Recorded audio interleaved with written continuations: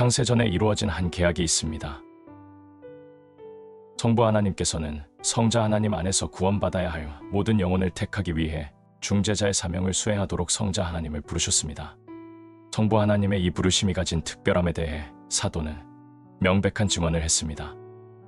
이 존귀는 아무도 스스로 취하지 못하고 오직 아론과 같이 하나님의 부르심을 받은 자라야 할 것이니라. 또한 이와 같이 그리스도께서 대제사장 되심도 스스로 영광을 취하심이 아니요 오직 말씀하시니가 그에게 이르시되 너는 내 아들이니 내가 오늘 너를 낳았다 하셨고, 하나님은 이러한 존귀함으로 그리스도를 부르셨습니다. 그리스도는 그 일을 억지로 맡으신 것이 아니라 성부 하나님의 뜻으로 맡기심으로써 맡으신 것입니다. 아버지께서는 모든 충만으로 예수 안에 거하게 하시고 그의 십자가의 피로 화평을 이루사 만물 곧 땅에 있는 것들이나 하늘에 있는 것들이 그로 말미암아 자기와 화목하게 되기를 기뻐하심이라. 성자 하나님께서는 성부 하나님의 부르심을 받아들이고 중재자로서의 사명을 맡으셨습니다. 이에 내가 말하기를 하나님이여 보시옵소서 두루마리 책에 나를 가리켜 기록된 것과 같이 하나님의 뜻을 행하러 왔나이다 하셨느니라. 성부 하나님께서 부르시자마자 그리스도는 성부 하나님이 계획하신 사명을 받아들이십니다. 인자는 아버지 하나님께서 인치신 자니라. 정하심과 명령을 통해 자격과 능력을 통해 부여와 수여를 통해 인치심을 받은 것입니다. 관리들이 인장을 통해 사명을 받아들임으로써 직분을 수여받듯이 말입니다. 그리고 그것은 반드시 그렇게 이루어지게 되어 있습니다. 성부가 하고자 뜻하는 것이라면 무엇이든지 성자께서도 그것을 뜻하십니다. 나와 아버지는 하나이니라고 그리스도께서 말씀하셨습니다. 어떻게 하나입니까? 의지에서 그리고 능력에서 아버지와 아들은 본질상 하나이십니다. 그것은 양에 대한 그리스도의 말씀에서 확인할 수 있습니다. 내가 그들에게 영생을 주노니 영원히 멸망하지 아니할 것이요 또 그들을 내 손에서 빼앗을 자가 없느니라.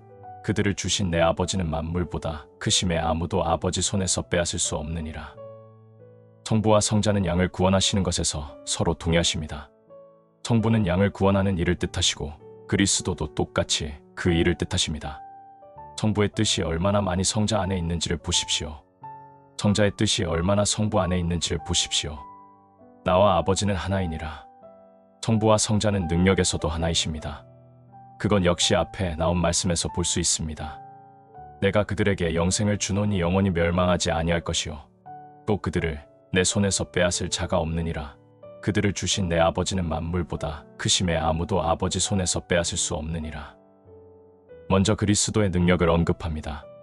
그분 안에 양을 구원하실 수 있는 모든 능력이 있습니다.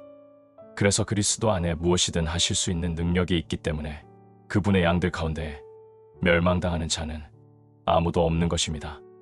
그런데 그리스도는 자신의 탁월한 능력이 자신과 마찬가지로 양의 구원을 위해 일하시는 하나님의 능력에서 나온다고 말씀하십니다.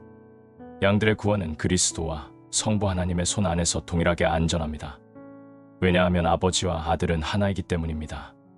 그러므로 아버지와 아들은 본질상 하나입니다. 성부와 성자는 모두 하나의 본질, 하나의 존재를 갖고 계십니다. 그 말은 두 분이 항상 동의하신다는 것만을 뜻하지는 않습니다. 영혼을 구원하는 위대한 일에서 똑같이 동의하신다고 말하는 것만도 아닙니다. 그것에 덧붙여 두 분이 동의하지 않는 경우가 결코 없다는 뜻입니다. 본질적으로 두 가지 의지를 갖고 있는 둘은 비록 지금은 어떤 문제에 대해 동의할 수는 있지만 본질적으로 그 둘이 하나의 의지를 갖고 있지 않는 한 동의하지 않는 경우도 있다는 것입니다. 둘이 늘 동의한다는 것은 사실상 불가능합니다. 성부께서 영원함 속에서 중재자의 사명을 감당하도록 성자를 부르십니다. 오라, 내 아들아, 내가 기쁨과 큰 즐거움을 주는 아들아, 내 마음에 합하고 내가 기뻐하는 내 사랑하는 아들, 홀로 있던 내 자신을 영원토록 다른 존재에게 전하고 싶은 생각이 내 마음속에 있도다. 내 생각, 목적, 의도는 다음과 같은 순서로 이루어져 있다.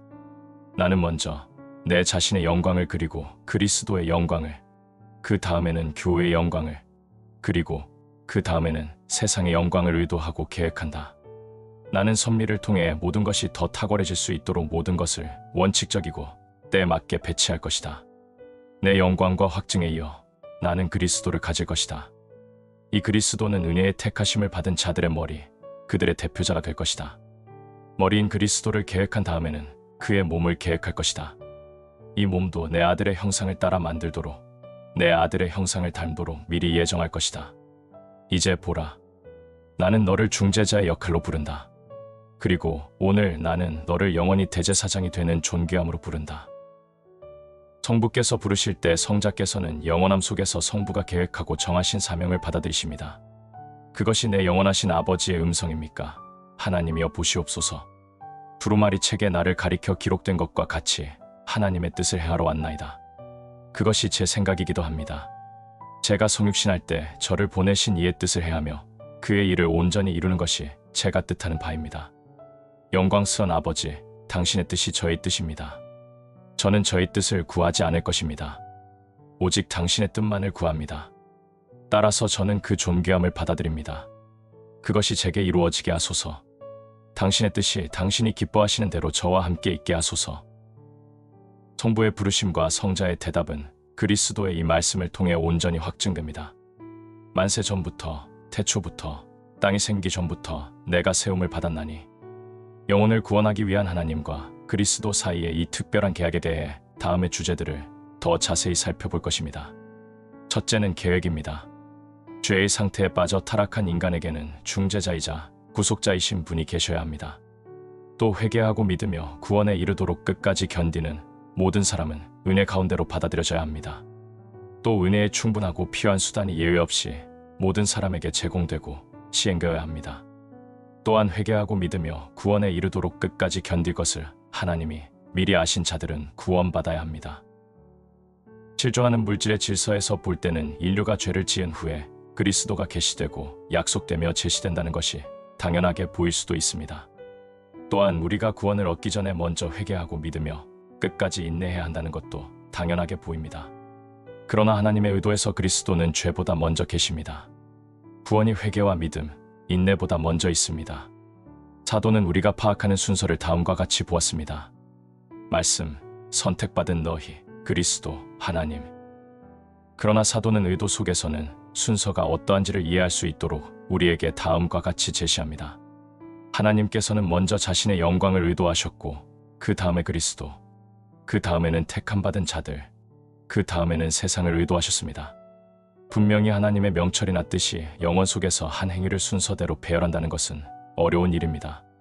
하나님의 모든 계획은 그분 자신과 같습니다. 그분은 시간을 초월해 자신에 대한 온전하고 완전한 소유를 가지신 분입니다.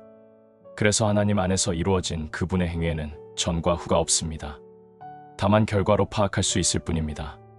혹은 우리의 관점에서 볼 때 어느 것이 본질, 시간, 존재에 있어서 다른 것보다 첫 번째에 있다고 말할 수 있을 뿐입니다. 우리는 우리의 관점대로 본질상 목적이 수단보다 먼저 있어야 한다고 생각합니다. 그래서 이렇게 말합니다. 하나님은 타락의 허용, 회개, 믿음, 견인을 사람들을 구원으로 인도하기 위한 수단으로 사용하신다. 따라서 하나님은 먼저 우리의 구원을 계획하시고 그 다음에 수단을 계획하신다. 그리고 목적과 수단 모두 하나님의 택하심 혹은 예정하심의 산물이다. 그렇습니다. 하나님은 그분의 은혜를 영광스럽게 하고 그 목적을 위해 그리스도를 예정하시며 그리스도 안에서 인간 가운데 일부를 선택해 구원받게 하실 것을 계획하셨습니다. 그리고 하나님께서는 그들의 죄에도 불구하고 사랑으로 인해 그분 앞에서 그들을 거룩하고 흠 없는 자들로 만드실 것을 계획하셨습니다.